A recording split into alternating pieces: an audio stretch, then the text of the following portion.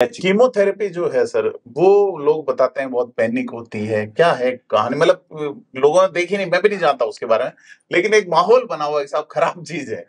देखो कीमोथेरेपी क्या है, बेसिकली कैंसर की जो एंटी कैंसर ट्रीटमेंट है, एक तरह से कैंसर की सेल्स को मारने के लिए इसका नाम कीमोथेरेपी है, इंजेक्शन ही है। डेफिनेटली इंजेक्शन देते हैं उसमें? हाँ, ड्रिप में इंजेक्शन ही जाता है। अच्छा। ठीक है, इंजेक्शन है जो अपने नॉर्मल ड्रिप में लगाते हैं। अब उसके नाम कीमोथेरेपी क्योंकि कैंसर की दवाई है, इसलिए कीमोथेरेपी है।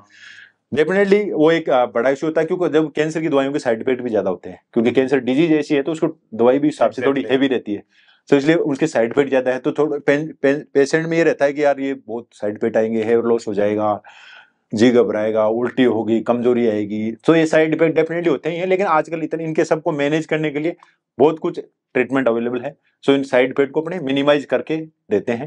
और ये जरूरी होता है, कई बार बहुत ज्यादा जब कैंसर अनकंट्रोल हो जाता है, इनिशियल स्टेज में हम आजकल बहुत सारी अलग अलग ऑप्शन आ गए इम्यूनोथेरेपी, सो उनमें अवॉइड करते हैं। लेकिन जब जरूरत होती है कि कैंसर बहुत एडवांस में, तो देने की जरूरत पड़ती है। सो इसमें घबराने की जरूरत नहीं है, लेकिन हम जरूरी होती है कई बार एडवांस स्टेज में देने के लिए। नाम कीमोथेरेपी है, बस ड्रिप में ही लगता है इंजेक्शन। जी जी बिल्कुल, इंजेक्शन ही लगता है इसमें। रेडियोथेरेपी क्या होती है सर? रेडियोथेरेपी में लाइक सर रेडिएशन है, बॉडी में रेडिएशन देना, जैसे अपने रेडिएशन देना एक जगह कंसंट्रेट, जैसे कहीं अपने बॉडी में कहीं भी कैंसर है, एक ही जगह हो गया तो नहीं लगाते, एक ही जगह है तो वहां पे रेडियोथेरेपी लगा के वहीं पे जला दो उसको। रेडियोथेरेपी चलती है, उसमें मशीन से लगती है, किरणें जाती है। जैसे अपने एनवायरमेंट में दो टाइप के रेडिएशन होते हैं, एक तो आयनाइजिंग, एक नॉन आयनाइजिंग। सो आयनाइजिंग रेडिएशन है वो होती है, जैसे अपने सीटी स्कैन करवाते हैं उसमें आयनाइजिंग रेडिएशन, और रेडियोथेरेपी मशीन आती है वो सिर्फ रेडिएशन लगाते हैं आयनाइजिंग। नॉन आयनाइजिंग जो अपने मोबाइल टावर से इनसे लगती है वो। सीटी स्कैन के लिए भी बीच में एम्स के किसी का आया था, 300 एक्सरे के बराबर होती है, इसमें रेडिएशन बहुत। हाँ ये आजकल वही अपने जैसे छोटी सी दिक्कत होती है तो क्या बोलते हैं, सीटी करवा दो, ये करवा दो, एक्सरे करवा दो, बचना चाहिए। लेकिन ये है कि मिनिमाइज करना चाहिए, क्योंकि इनमें डेफिनेटली रेडिएशन होते हैं, आयनाइजिंग रेडिएशन होते हैं।